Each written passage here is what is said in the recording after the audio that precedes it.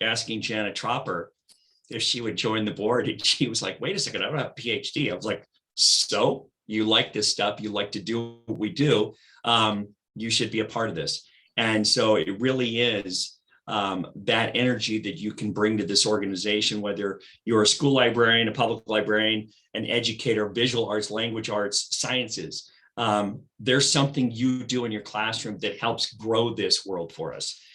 So with that, I'd like to welcome you in advance to our organization.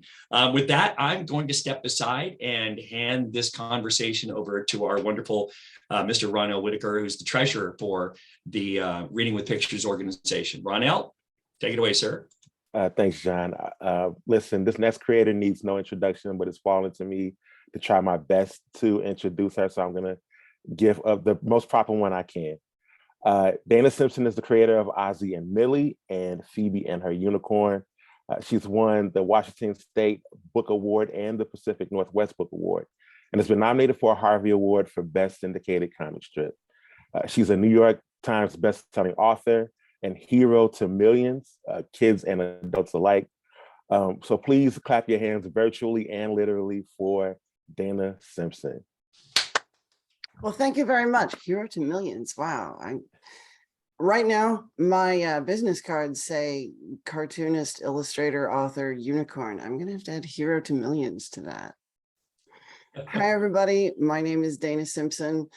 I think Ronell covered it. Maybe, can I go? No, I guess I still have to talk for the next hour. Okay, well, this is a picture of me sitting on a bench in Los Angeles with my coworkers. And yeah, I draw unicorns for a living. They pay me to draw unicorns. And it's been a long journey to that point. Here's 15 books that I wrote. And that's not even counting the Ozzie and Millie stuff and a couple of things I've illustrated. This is the 15 Phoebe and Her Unicorn books. The newest one is called Unicornado. It comes out in, what's today? It comes out on the 19th. So in like 3 days, 4 days, I don't know what day it is. Very soon. It's also one of my favorite covers. But this is where it all began. When I was a little kid living in Seattle, my mother had this book, Peanuts Treasury. From 1968, she had it from when she was, I think my mom was a teenager in 1968.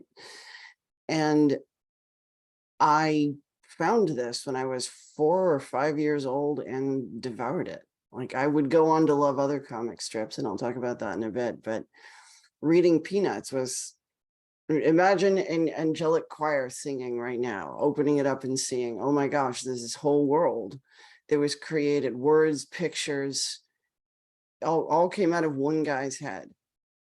That felt revelatory to me. It was like, oh my gosh, you could make something like that. Somebody's job is to do this, to just create a whole world with these characters in it, with pictures and words and stories and ideas. Kind of blew my tiny little mind. So I started trying to make my own comics. This is the first comics page I ever drew. I was 5 years old.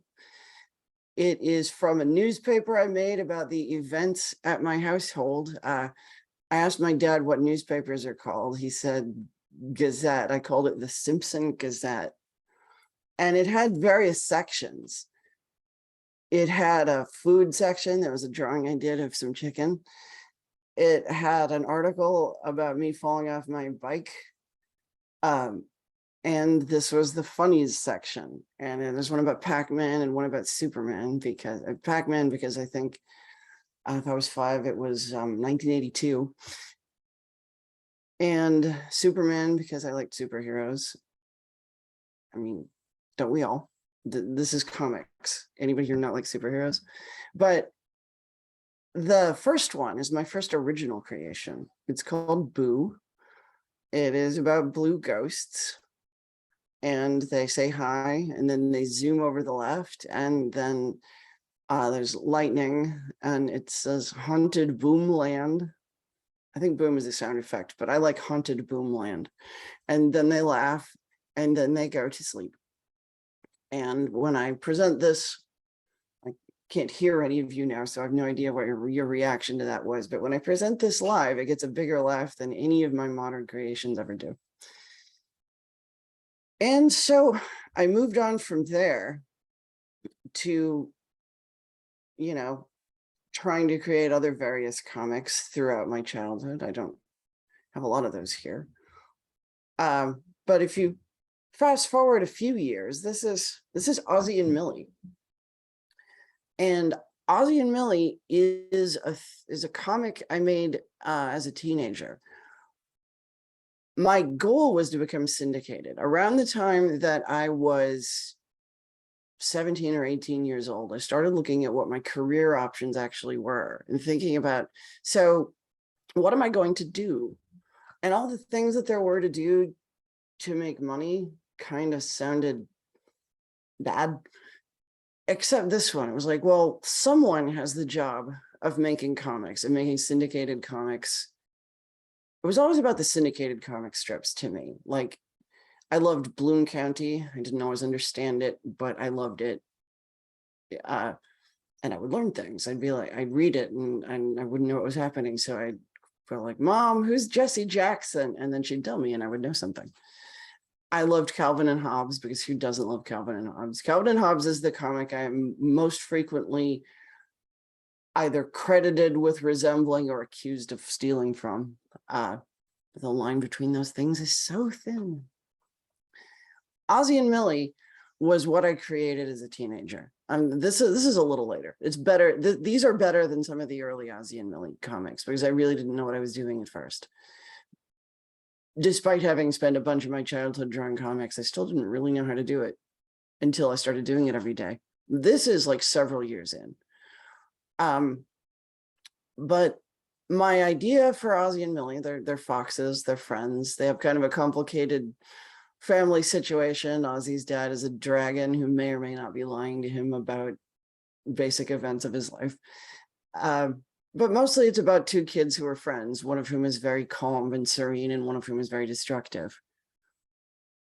And I thought, okay, this is great.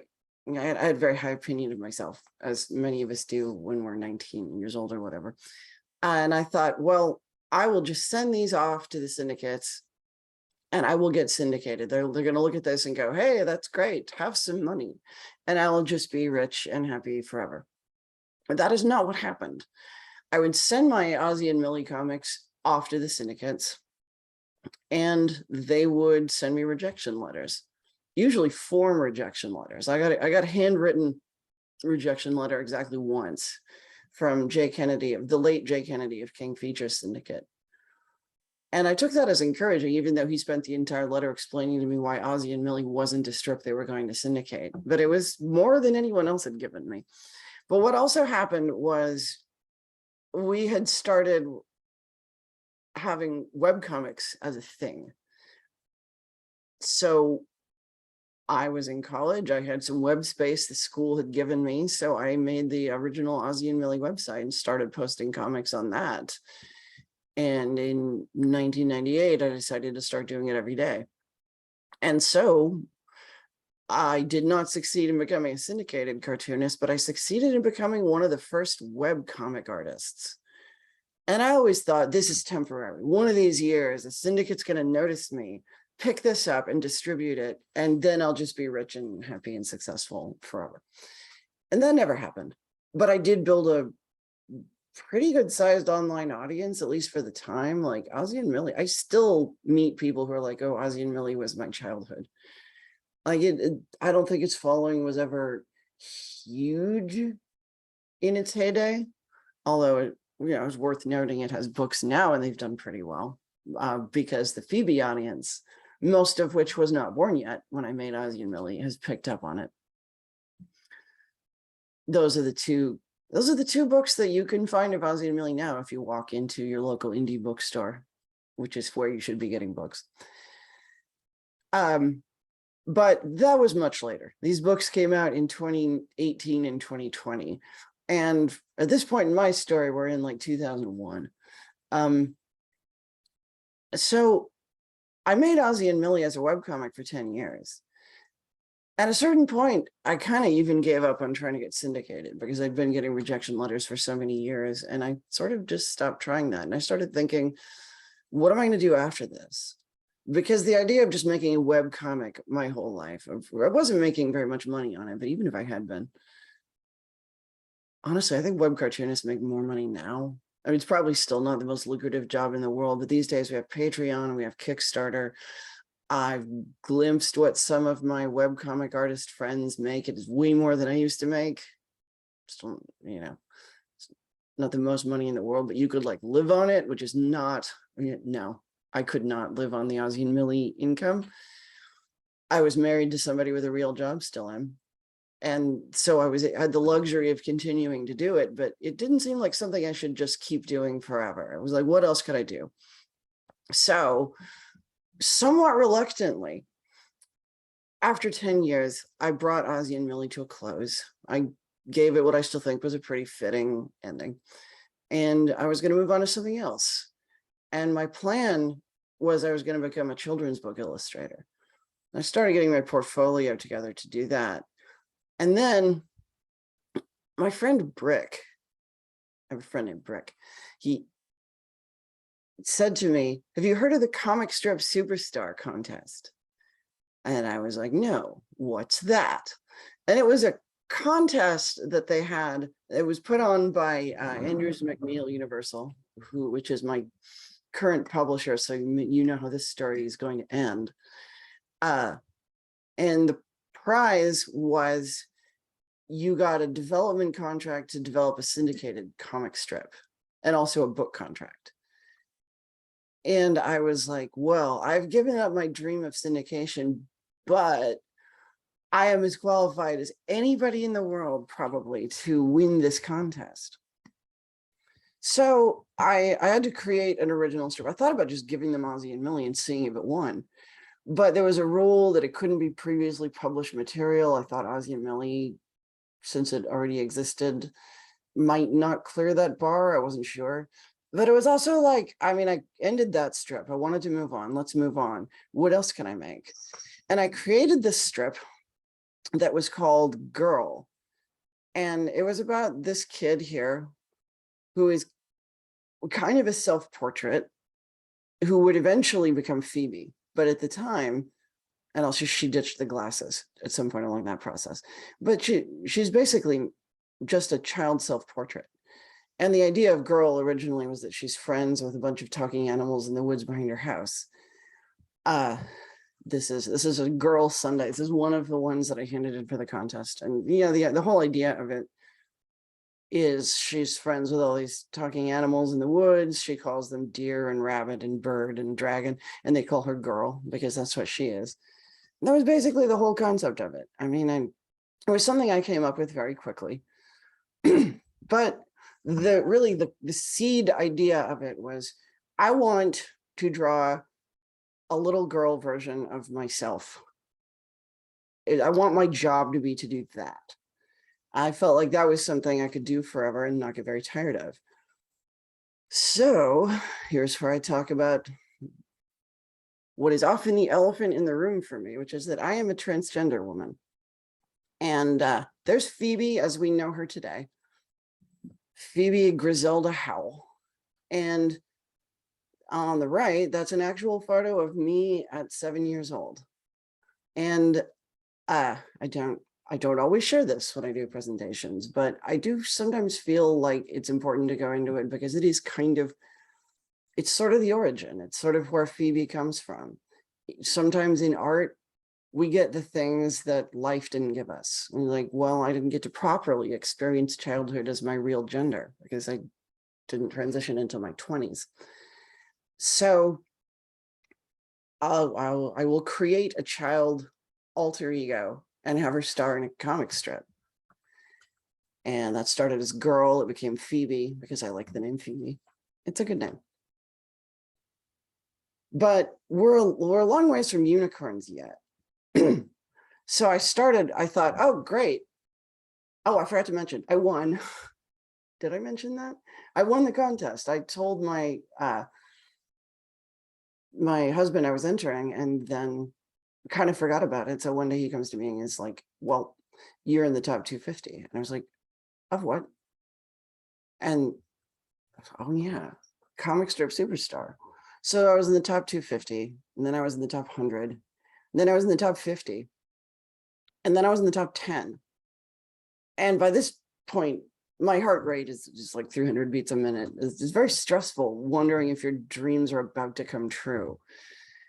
I remember saying to someone, I wish I could just like hibernate until this is over and wake up and see if I won or not. And up until that point, the contest was decided by the judges, who are important comics people like Gary Trudeau from Doonesbury, Mark Tutuli from Heart of the City, like people whose work I read and enjoyed were suddenly evaluating my work and finding it worthy of advancement. And that was by itself was pretty exciting. Just getting to the top 10 was exciting. So I got to the top 10, and that's where the internet got to vote. And I told the Ozzy and Millie audience, please vote for me. And I don't know that that's why I won, but I've always suspected that I won partly because I was the finalist who had an army I could summon. So in any case, I won. And so then I had to hand in 30 strips a month. And I thought this would be a formality. I thought, great, I won. My dreams will come true now. I will be rich and successful and happy forever. And people will just pay me to make this strip that I spent 5 minutes creating. And no, I would send my 30 roughs in, and they would come back like this. They would come back with a lot of notes all over them. This is a random page from one of the many rough strips I sent in, but it became clear very quickly that it was like having my homework marked out by a teacher who thought that I could do better. And so this went on for a while, and I kept trying different things and being like, what about this? One thing they told me was the main character has got to have a name. Your main character can't just be called girl. I mean, it's a very common word. You'll never be the top Google hit on girl. So I went through a few different titles. I named my main character Phoebe because I like the name. And I started trying different things, but nothing really seemed to be landing. And it started to seem like I am going to come within an inch of my lifelong dream, and now I'm going to blow it. And John Glynn, who was my editor at the time and would go on to be the president of the company for a while, said, it's okay if you can't do this. Not everyone can do this. And I thought, it's not okay. I can't come this close to something I've wanted since I was a little kid and not stick the landing. So in my desperation, you can see that Phoebe is evolving to look more like the Phoebe we know today. This is about a little more than a year into development. Then this is just a one-off. This is a one-off rough, but you can see she is talking to a unicorn. And that's kind of the whole joke.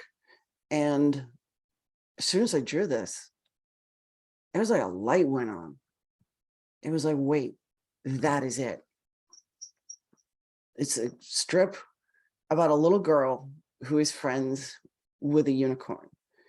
It seemed like somebody should have made that already. It seemed like that should exist. I'm watching my cat spinning in a circle, chasing her tail in the kitchen. It's very distracting. It seems like somebody should have made that strip already. There should already be a strip about a girl and a unicorn. And I thought, well, Calvin and Hobbes, boy and tiger. What's the girl equivalent of a boy and a tiger? It's a girl and a unicorn. I immediately knew that was the comic I was going to make. More than a year into development, a unicorn walked into my comic and changed my life. And that's what unicorns do, isn't it? They show up and they make everything better.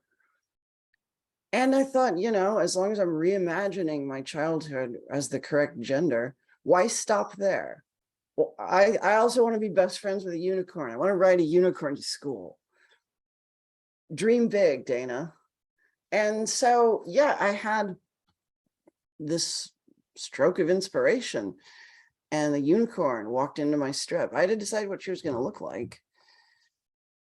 These are some early sketches of Phoebe and Marigold. I mean, Phoebe's appearance had been evolving for a while, and anyway, she's just basically me. Me at 9 years old, but me. And so Marigold was the one whose design I had to nail down. I named her Marigold Heavenly Nostrils, which is a name I got from typing my name into an online unicorn name generator. And I went through, she started out a little more My Little Pony-ish than she ended up. She ended up much more like The Last Unicorn, which is one of my favorite books in movies. And the creator of it wrote me a book introduction once. So I started handing in strips of this new concept. This is the introduction that didn't get used. If you've read the first book, no, this is not in it. This is prehistory. This is how the strip might have started.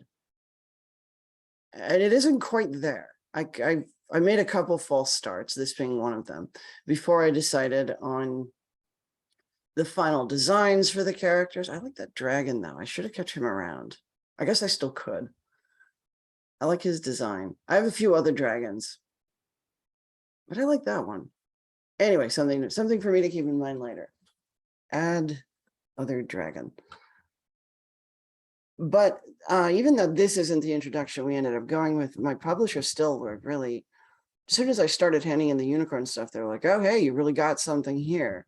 And the strip ended up launching not that long after that. It launched online only at first. We ended up in newspapers, but that was a couple years later. First thing we did was just launch it on gocomics.com, my syndicate's website. It was launched under the title Heavenly Nostrils. Remember how they didn't want me to call it girl because you can't Google that because it's a super common word? Well, Heavenly Nostrils is certainly a unique phrase. And like I said, I had named the unicorn Marigold Heavenly Nostrils. So I started calling the comic Heavenly Nostrils. And they told me, you can call it that as long as it's a web comic. But we're going to do a newspaper launch eventually. And when you do that, you can't call it Heavenly Nostrils. Newspaper editors are conservative old white guys. And you know, they're not going to go for a title that's as weird as that. And honestly, I kind of thought that I could just sort of run out the clock on that. I think I believed that, yeah, you say that now, but wait 2 years when everybody's used to this name.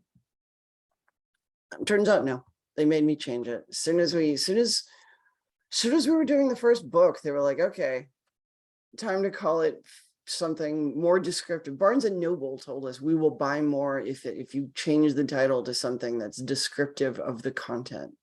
So the first book ended up being called Phoebe and Her Unicorn, and then the strip just ended up launching in newspapers under that name, and that was that. And I had no say. I lost this argument absolutely, completely. But this is, at long last, the real first Phoebe and Her Unicorn strip. Phoebe picks up a rock, skips it across a pond, and hits a unicorn in the face. And unicorn emerges from the mist. And Phoebe uses, and the unicorn explains that she has been trapped staring at her own reflection because she's so beautiful she can't look away, sometimes for days, and that the rock has freed her from doing this. This is a reference to The Last Unicorn. In that book, Mr. Peter S. Beagle writes that unicorns often live next to reflective pools so they can gaze at their reflections because they're the most beautiful and magical creatures in the world and they know it. And I thought, that's actually really funny. What if a unicorn was doing that and got stuck, like Narcissus style? I thought that was funny. And so I ended up going with that as my introduction. And if I do say so myself, I'm glad that I waited. I'm glad I didn't go with the first 1 or 2 openings I had, because I feel like you only get one chance to start your story. And I'm very happy with how I started this one. I think it worked out. And then the first book came out. Like I said, Barnes and Noble wouldn't let us. The book was just going to be called Heavenly Nostrils. I have some early proof copies with that title, but it came out as Phoebe and Her Unicorn, a Heavenly Nostrils Chronicle. And early copies of the book have that "A Heavenly Nostrils Chronicle" tagline. Copies that have come out since then don't. But this is a photo from the day that the book came out. It was such an exciting day. I went to my local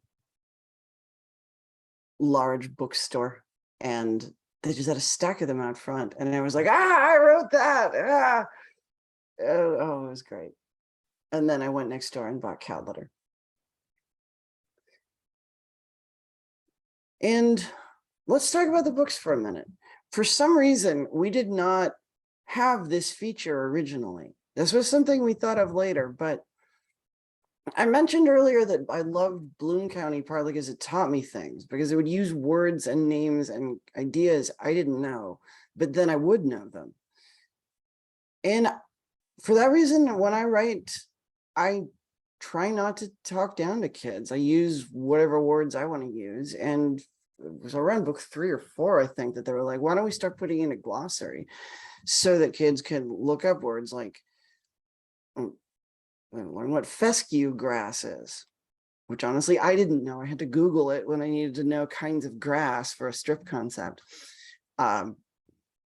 What do we have here? Abandoning, alienating, amnesia, aspire, assumption, cabal, coincidence, compassionate, consistency. I've had people tell me, like, my kid uses the word scintillating now because you used it.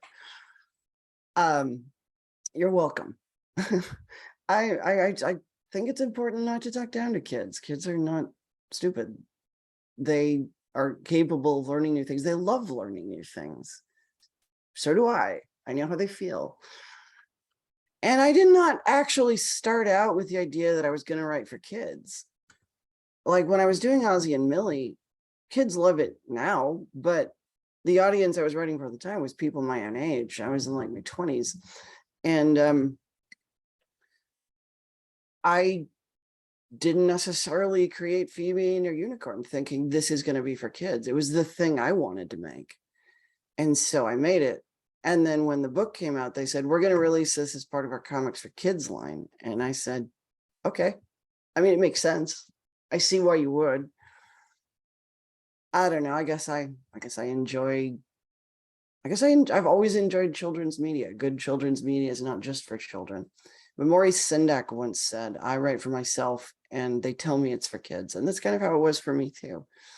I write with that in mind now because I know who my audience is. But when we did book 1 and had those real early Phoebe strips in it, we edited out some stuff. There was a reference to The Godfather that my editor and I decided didn't need to be in there. There was a strip in which Phoebe is making wishes. Marigold has offered her a wish. Phoebe ends up wishing for Marigold to be her best friend, but she tries a few other things first. She tries infinity more wishes, and then she tries infinity dollars. And Marigold says, world peace is not even in your top 2. And Phoebe says, I'm a 4th grader. That strip, as originally written, said, I'm a 4th grader, not Bono. And my editor, Dorothy, was like, kids don't know who Bono is. I was like, what are you talking about? When I was 10, I knew who Bob Dylan was. What do you mean kids don't know who Bono is? I asked a bunch of kids. They did not know who Bono was. My editor was absolutely correct. And I since then, I've written with more of an eye toward who my audience is going to be, people who don't know who Bono is. But it doesn't mean that I have to talk down to them. And I'll use words like gallivanting, and I'm just reading words off this glossary, but like, I'll make references to something like multiverse theory or whatever. And it's like, we'll put that in the glossary and then kids will know what it is, even if they don't know, because kids are smart. Finally, a few months after the first book came out, we finally got the newspaper launch, and my dream of becoming a syndicated cartoonist finally came true. And it launched in 110 newspapers, which is a lot. And Calvin and Hobbes launched in 35. I mean, it ended up with a lot more papers than I have, but I had a bigger launch and I'm going to cling to that. And that was just a super exciting day, getting to pick up the newspaper and see my strip, right between Garfield and For Better or For Worse or whatever. stuff I'd been reading my whole life. And there I am. And it was a day that I had waited decades to see. When I started making Ozzie and Millie in 1998, as a teenager, I thought, well, I'll be in newspapers in a few years for sure. And in fact, it was another 17 years. Nothing happens quickly, but the people that get here, the people that get where they're trying to go, are the people who don't quit. I wasn't necessarily better than my webcomics peers, maybe more focused. I think a lot of artists who weren't better than me quit to do so, or who were better than me quit to do something else. And I kept doing it, and I got better. And eventually I got a lucky break, and here I am in newspapers. And I still love just being in a random place, picking up a newspaper, because newspapers do still exist, and seeing myself there. But the world has changed. There aren't as many newspapers. Newspapers are not as big of a thing as they used to be, which is where the books come in. Because let's go back to the books. I mean, I couldn't not mention my syndication, but because I love it. But the truth is, this is the first time I was ever on the New York Times bestseller list. I was number 6 in the paperback graphics list. I've been in a few other categories since then, which is good because they eliminated paperback graphics like less than a year after I showed up on it. Oh, she's here. Well, let's end that one. But I've been on the series list. I think I made the overall books list very briefly once. And this was in March 2016, first time I was ever on the bestseller list. I sell a lot of books. And part of the reason that I sell a lot of books is my genre sells a lot of books. This is one of the under-discussed things, I think, about comics and about the publishing industry and what people read today. People like me own comics. This is from 2019. I think this is from Publishers Weekly, or I honestly forget, one of those. But they have an article annually talking about precisely what I just said. This is for 2019. How about if we sort things by author? Here are people who sold more than 100,000 copies combined. Look at who's on this list: Dave Pilkey, Raina Telgemeier, Shannon Hale, Terry Liebenson, Kazuo Kibuishi, me. I am 8th on this list, and I personally outsell Marvel, the entire company of Marvel, in terms of selling comic books annually. The audience for graphic novels, for comic books, numerically, is young and heavily female. People talk about it like cape superhero books are the only thing that's the real comics. That's not, numerically, that's not even true. Kids eat this stuff up, and they're the main audience for comics in terms of numbers these days. And I feel like we don't talk about that enough. Maybe somebody talks about that enough and I'm just not finding it. But I often feel like it falls to me to point this out to people and tell people, yeah, I outsell Marvel, and people don't believe me when I say that. But it's because that's who the audience is for comics now. It's young and it's heavily female, not exclusively female, obviously, but the idea that comics are for boys is absurd. Look at all the women on this list. Look at all the people who are writing books that little girls love. I'm proud to be part of that. But the biggest prize, of course, isn't even necessarily being told, you've sold a lot of books, although that is very nice. It's the fan mail I get. It's when people email me and say, my kid was a reluctant reader, and then she picked up one of your books and it opened up the whole world of reading to her. And, people never stop at me, nor should they. But having been a gateway into reading for so many kids, and people tell me, people are like, you made my kid a reader. And that is the highest honor. That's the highest award. You can nominate me for 100 Harvey Awards, and it wouldn't mean as much to me as hearing that I had that impact on a kid's life. Because I know I don't have to sell anybody else here on this point, but graphic novels are real books. Reading comics is real reading. The combination of words and pictures just works for some people. I am one of those people. Not that I don't like reading print, but I was a smart kid and I was drawn to comics at a very early age. And it's nice to be able to be a part of that in some kid's life now. And that is my final slide. And I have filled 40 of the 60 minutes that I have, which I think is good. I would be happy to answer some questions or something now. Well, yes, indeed. Can you hear me now, Yeah. Dana?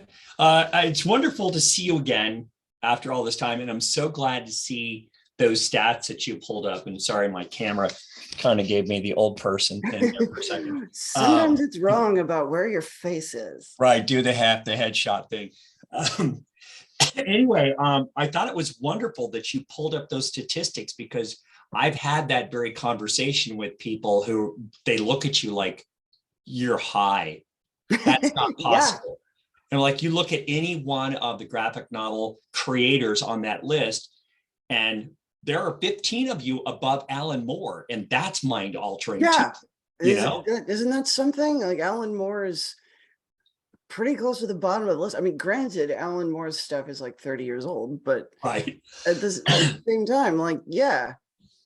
But then there's also even better information there, is that the demographic who are the people who are reading Baby Mouse and Smile are now educational professionals. The people who started reading Phoebe are now educators, which is really pretty cool. And they're able to bring that into that school environment. And I'm curious as to how often you might hear from educators about this. I hear this from educators a lot. I think you're right that there has been a sort of generational shift, or people who sort of grew up with the old prejudices that comics aren't real reading are having to, they're being joined by people who grew up with this stuff. And now when I go and visit schools and stuff, I honestly don't get told by educators your stuff isn't real reading, like, ever. Which is something I expected. I expected when I started going to schools and be like, oh yeah, but you're basically selling them candy. Right. I don't run into that attitude very much. I feel like, especially to like younger people younger than me, because I'm sort of old.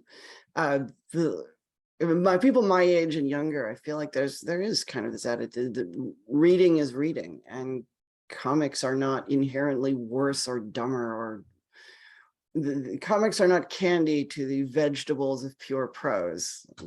Right. We're gonna get into some Q&A, but there's one thing I want to share with you. Is something I did, and I realized when I had those people in the room, it was a bunch of PhDs at Fordham, and I brought 3 of them up on stage and had them draw. They had that same position, like, oh, it's not real. I said, all right, let's go. Then you do it. Time.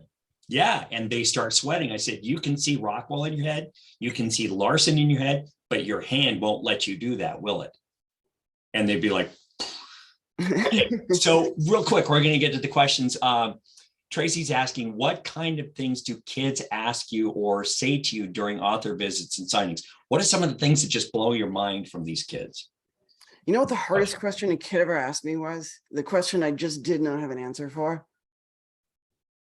It seems like such a trivial thing, but it's also, I think, speaks to how observant kids are.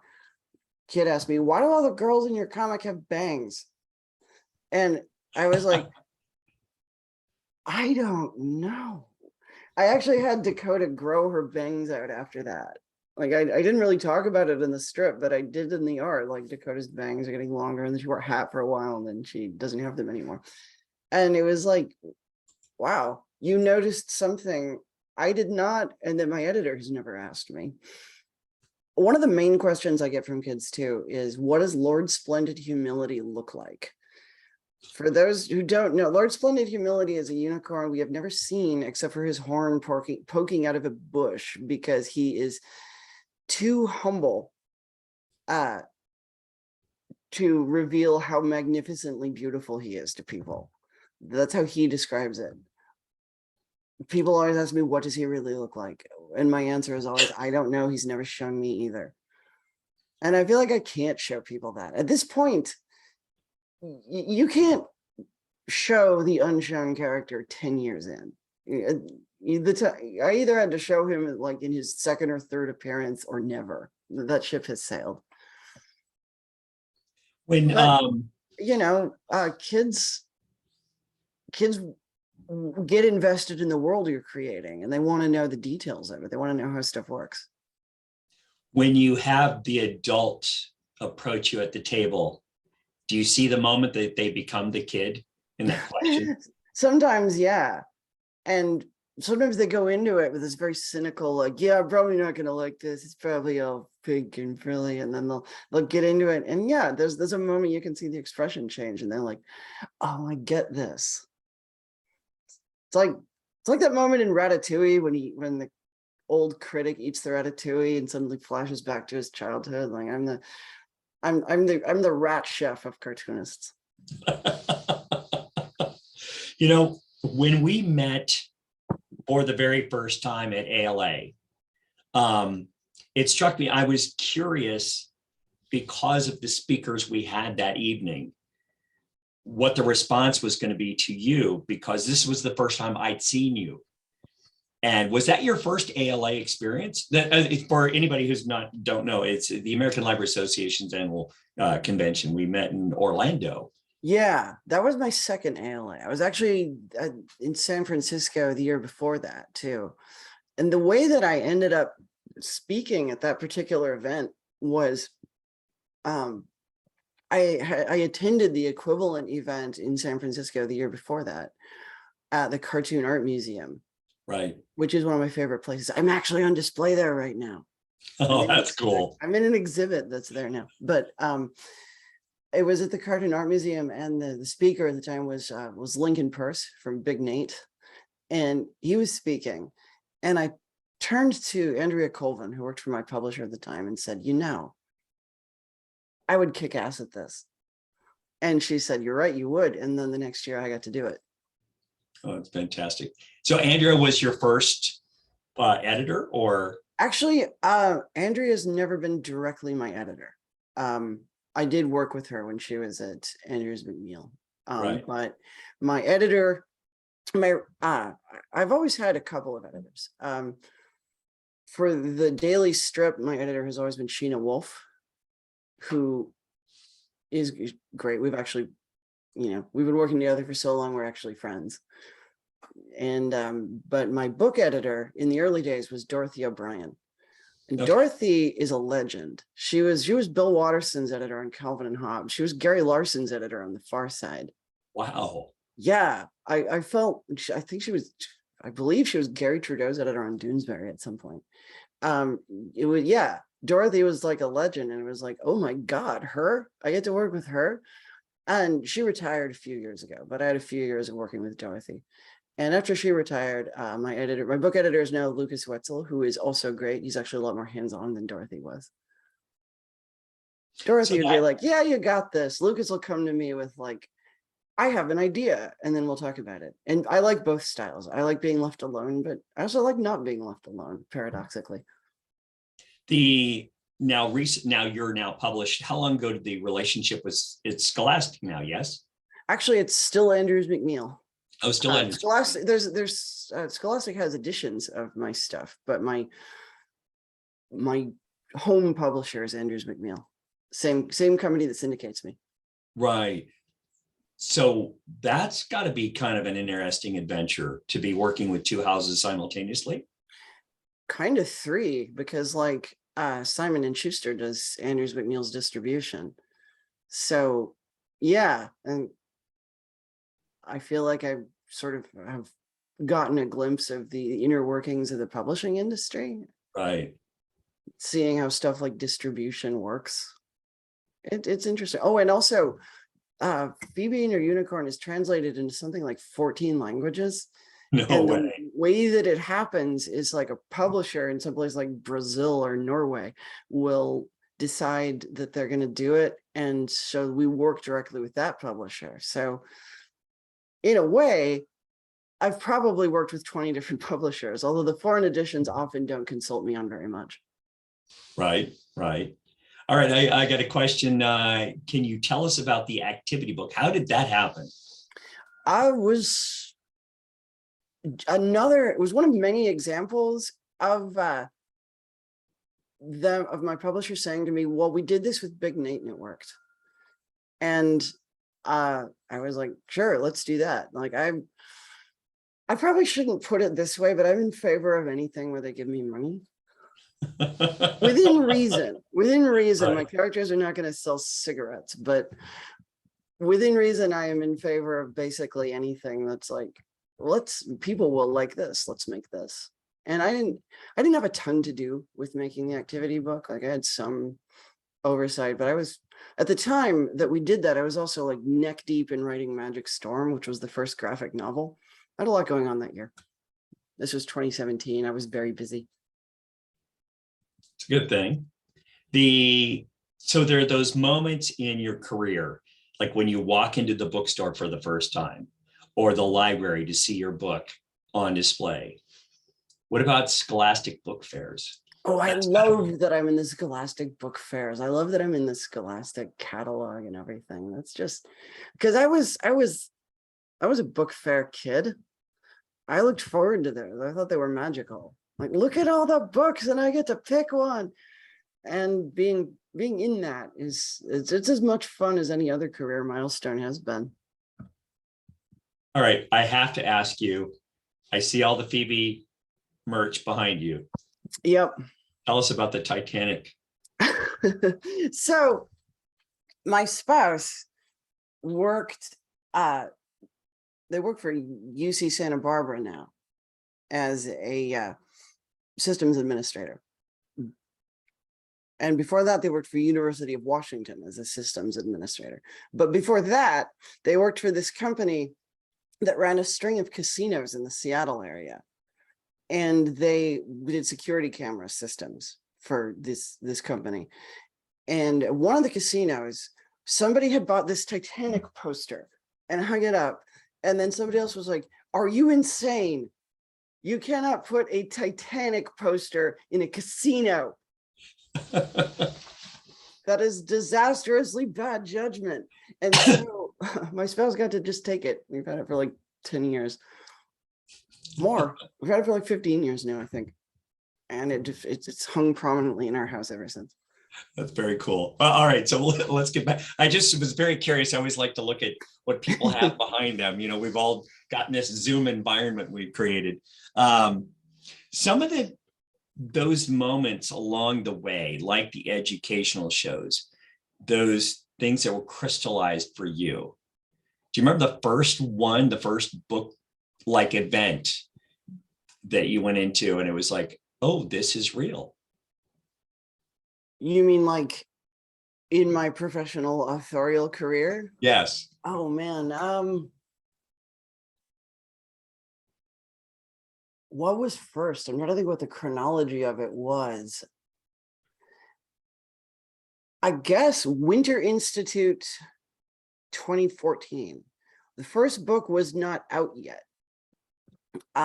It was a few months away. It was released in September. I think Winter Institute was in like February or March, but it was in Seattle that year, which is where I lived at the time. And my publisher invited me to come, and I got to sit next to another author, somebody like who seemed like a real author with multiple books that she had published. And I'm sitting there behind this whole bunch of galley copies of what was the book that was still at that point called Heavenly Nostrils. And I'm in this room full of like publishing industry people and real authors, and people are coming to my table and taking these galley copies and being like, ooh, Heavenly Nostrils, I got to know what that's about. And looking, and sometimes circling back to the table and being like, I've been looking at this, it's so good. And like, it felt like I was a real author person. And it was the first time it had been physically real for me. I'd sort of been toiling in sort of the cartoon minds, which is to say sitting alone in my house for years, and important milestones would happen. Like I won the contest, and then I got my development contract signed, and then they launched the strip online, and I knew my book was going to come out later that year. But this was the moment that was like, okay, this is real. These are real people, real important publishing people. I was introduced to the local Simon and Schuster rep that night. She eventually took me out for fried chicken and whiskey. Nice. Oh, I want to help the Yeah. audience understand. So Winter Institute is produced by the American Booksellers Association. It's the independent booksellers from North America. And I refer to it as Top Gun School for booksellers. It's the amazing level of energy there that you get from those booksellers is the only thing that matches is librarians and teachers who love this stuff. Real quick, let's see. What can you tell us about the upcoming TV show for Phoebe? We'll see about that, won't we? Oh, come on. What do you think? I'm feeling a little frustrated at the moment. What's your role in that? Well, I have written multiple show treatments now. I am not the script writer, but I have worked closely with the 2 different script writers we've had so far to try and make something. First, it was going to be a movie. We had a whole movie script. Then they said, no, let's make it a TV show. I'm like, fine, it was going to be a movie that fed into a TV show. And then the Big Nate show came out. It was a big hit. And so Nickelodeon was like, okay, well, let's do this as a show. And I'm like, fine, let's do that. And then recently they started being like, so this doesn't appeal enough to boys. Can you make it appeal to boys more? And why is everything about boys? So I had to write like another show treatment recently. Sorry, I'm venting a little bit now. That's fine. I had to write another show treatment that was like, no, really, there's boys in this. And then if you had a show where the central friendship was 2 boys, and then there was like a girl character who was sort of also there, you'd think that was enough girls. But when you reverse that, boys have to be centered in everything. And